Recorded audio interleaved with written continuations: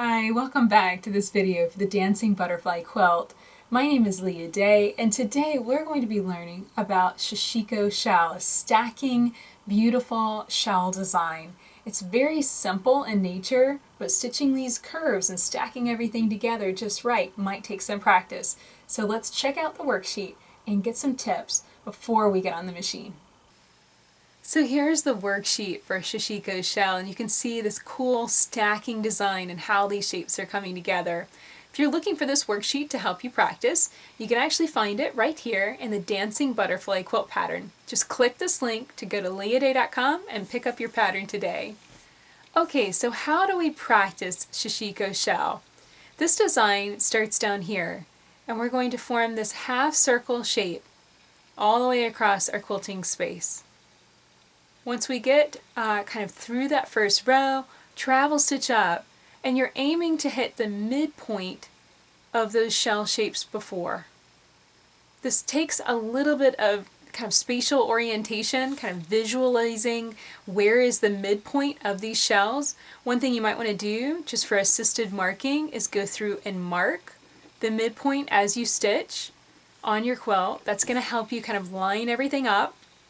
To get started, because your baseline's really kind of a foundation for the rest of it. It's really going to help you get everything solid and spaced evenly. I would advise breaking up your quilting space by marking the midpoint, then splitting up half into three spaces for shells, and then do the same thing on the opposite side. So just mark tick marks along the bottom edge of your quilt block, and then also mark a straight line across to show you how tall these should be. That's how I've prepared my quilt sandwich, just so that way I know exactly how these should space out and how tall they should be before I get started.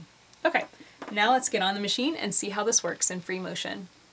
So I've prepared my quilt sandwich. I've got some tick marks to show me how big and wide the Sashiko shells should be, how my shell shapes should look, and I've got this line that's really going to kind of keep me on track, forming these the same height.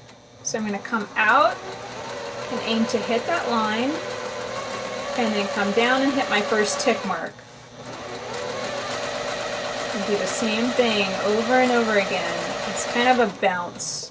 That's the feeling that I'm getting here. Just kind of come up and out and bounce. And it's okay if these are not absolutely perfect. Some of my circles are a little less than, less of a half circle shape and more of a wobbly shape. But you're just aiming to keep them consistent. It's okay if they're not perfect. So now I'm going to travel stitch up. And again, this is one of those spacing things that might help to grab your marking pencil and just kind of help you guide things out. When I spaced this out, this was about 3/4 of an inch. So I'm going to come up about 3/4 of an inch and just eyeball it and draw a line down my quilting space. This is just helping me keep these stacked up evenly. And then I'll also go through and put a tick mark right in the middle of my shells. That's also giving me a guideline to hitting all of these consistently and stacking everything together nicely. You don't have to do it, but it's certainly going to help. So now I'm going to swing down and hit that midpoint. Now I'm going to come up and hit the kind of upper line and then swing back down and hit the next midpoint. So that's it for Sashiko shell. I really hope that you enjoyed learning this design with me today. If you'd like to see a longer video with more details and get the worksheet to practice, definitely click here to check out all of that in the Dancing Butterfly Quilt pattern. This pattern comes with everything you need to both piece, applique, and free motion quilt this beautiful butterfly quilt. So definitely click here, check that out, and until next time, let's go quilt.